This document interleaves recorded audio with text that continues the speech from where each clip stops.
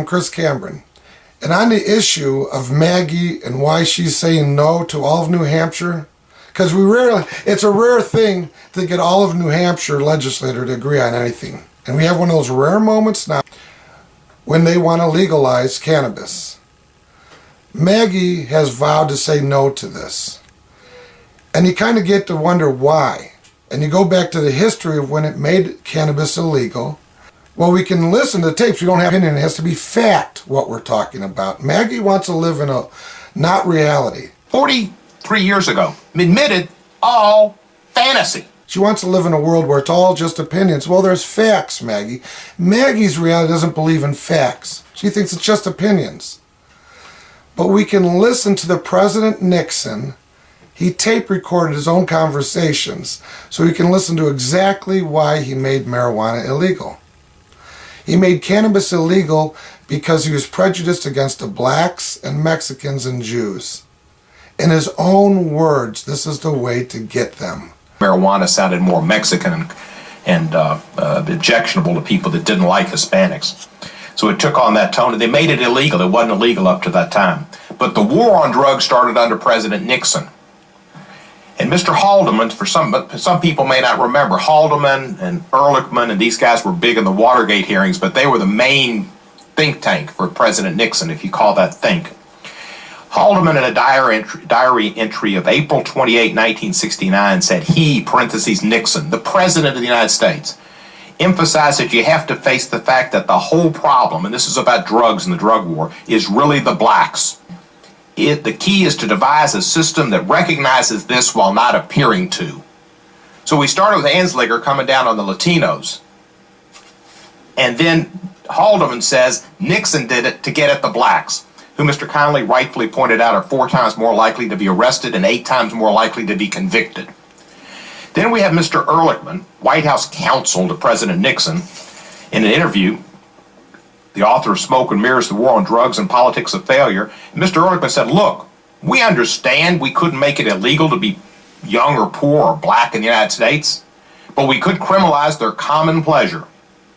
We understand that drugs were not the health problem we were making them out to be, but it was such a perfect issue for the Nixon White House, we couldn't resist it. I just want y'all to know the underpinnings of the policies that you are carrying out and furthering, the basis of them and where they started and the genesis of them.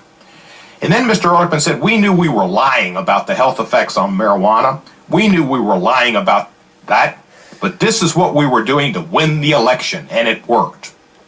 43 years ago, admitted all fantasy. But our law still goes on, and we continue to do it, and it's still Schedule 1. We are abettors, aiders and abettors of Ehrlichman, Haldeman, and Nixon.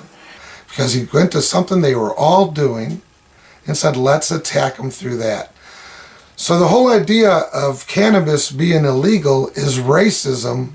The creation of it was from the President of the United States, Nixon.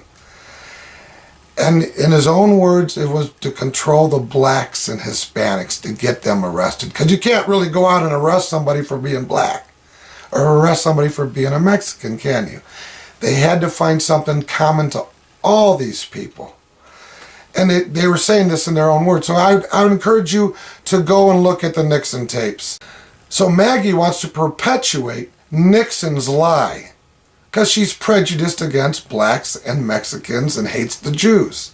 And I don't understand how somebody can be governor who is so prejudiced against blacks and Hispanics and has been attacking them her whole career. You have to face the fact that the whole problem, and this is about drugs and the drug war, is really the blacks.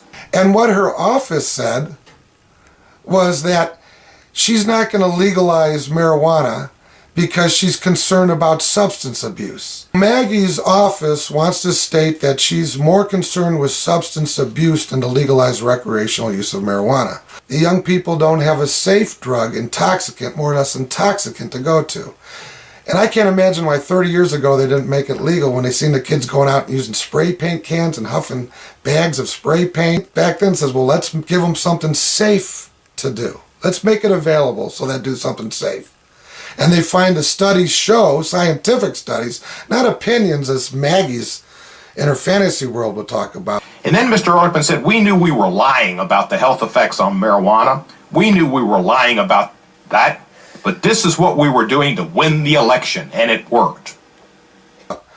But real scientific proof that people who smoke cannabis and start to experience it that way as a first experience stay with marijuana. They don't drink, they don't use any other drugs, they would stick with marijuana their entire life.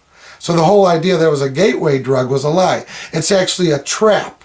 It's a safe intoxicant that will trap a person to do that and won't go on to the terrible things. I don't want to sound like one of these people that says marijuana is evil. I don't think it is. That's Dr. Francis Collins, the number one, maybe one of the most intellectual, brilliant people in the world on research science and these things.